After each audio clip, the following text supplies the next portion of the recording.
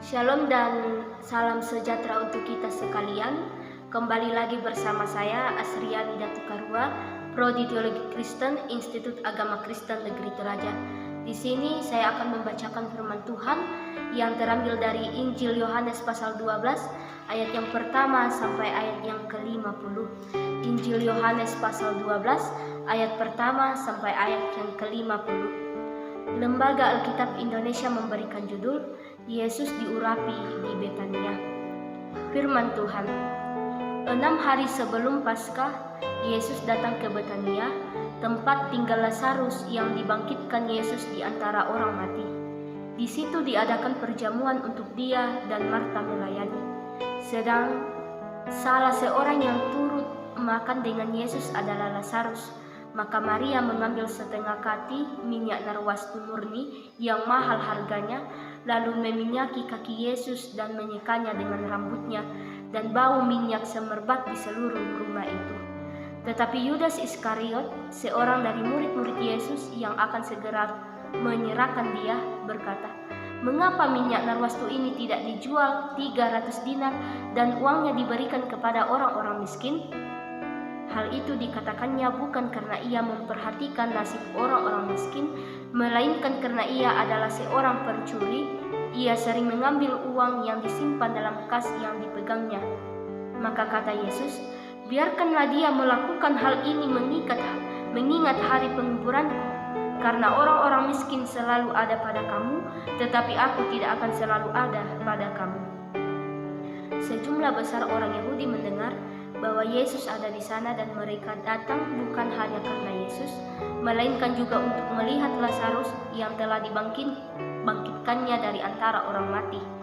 Lalu imam-imam kepala bermufakat untuk membunuh Lazarus juga, sebab karena dia banyak orang Yahudi meninggalkan mereka dan percaya kepada Yesus.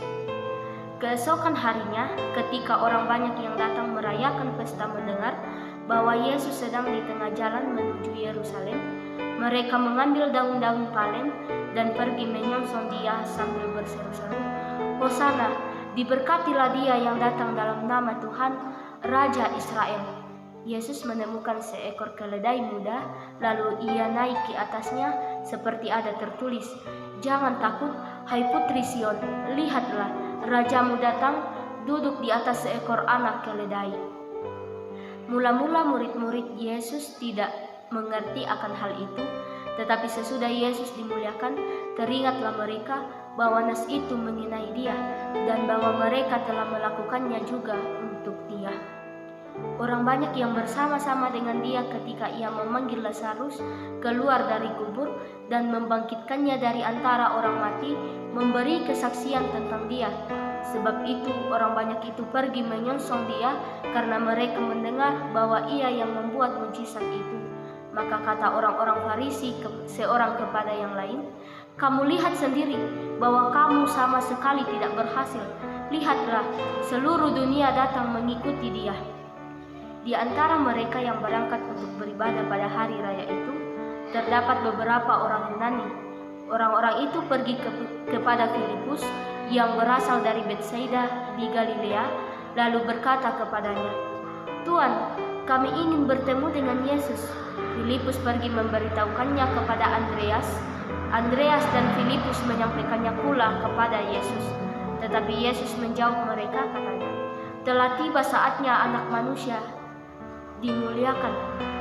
Aku berkata kepadamu, sesungguhnya jikalau biji gandum tidak jatuh ke dalam tanah dan mati, ia tetap satu biji saja. Tetapi jika ia mati, ia akan menghasilkan banyak buah. Barang siapa mencintai nyawanya, ia akan kehilangan nyawanya. Tetapi barang siapa tidak mencintai nyawanya di dunia ini, ia akan memeliharanya untuk hidup yang kekal.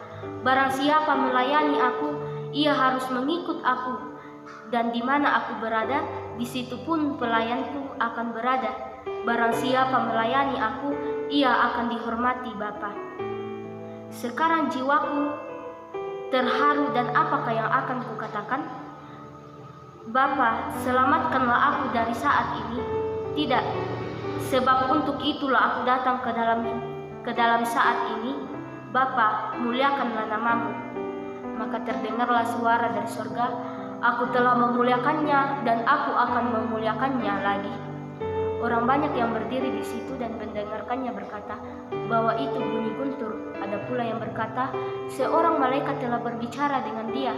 Jawab Yesus, "Suara itu telah terdengar bukan oleh karena aku, melainkan oleh karena kamu. Sekarang berlangsung penghakiman atas dunia ini. Sekarang juga penguasa dunia ini akan dilemparkan keluar. Dan apabila aku ditinggikan dari bumi, aku akan menarik semua orang yang datang kepadaku." Ini dikatakannya untuk menyatakan bagaimana caranya ia akan mati. Lalu jawab orang banyak itu, "Kami telah mendengar dari hukum Taurat bahwa Mesias tetap hidup selama-lamanya. Bagaimana mungkin engkau mengatakan bahwa anak manusia harus ditinggikan? Siapakah anak manusia itu?" Kata Yesus kepada mereka, "Hanya sedikit waktu lagi terang ada di antara kamu. Selama terang itu ada padamu, percayalah kepadanya, supaya kegelapan jangan menguasai kamu.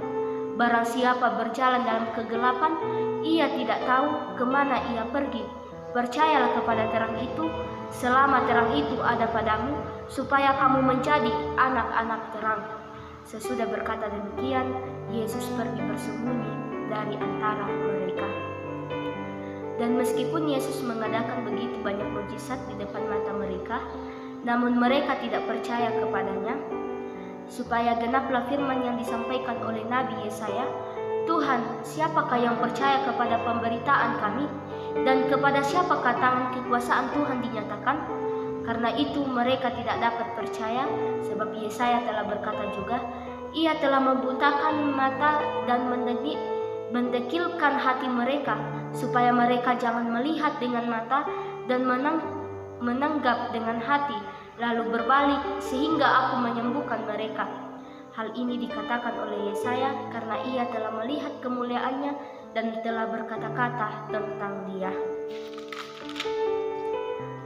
Namun banyak juga di antara pemimpin yang percaya kepadanya, tetapi oleh karena orang-orang Farisi, mereka tidak mengakuinya berterus terang, supaya mereka jangan dikucilkan, sebab mereka lebih suka akan kehormatan manusia daripada kehormatan Allah.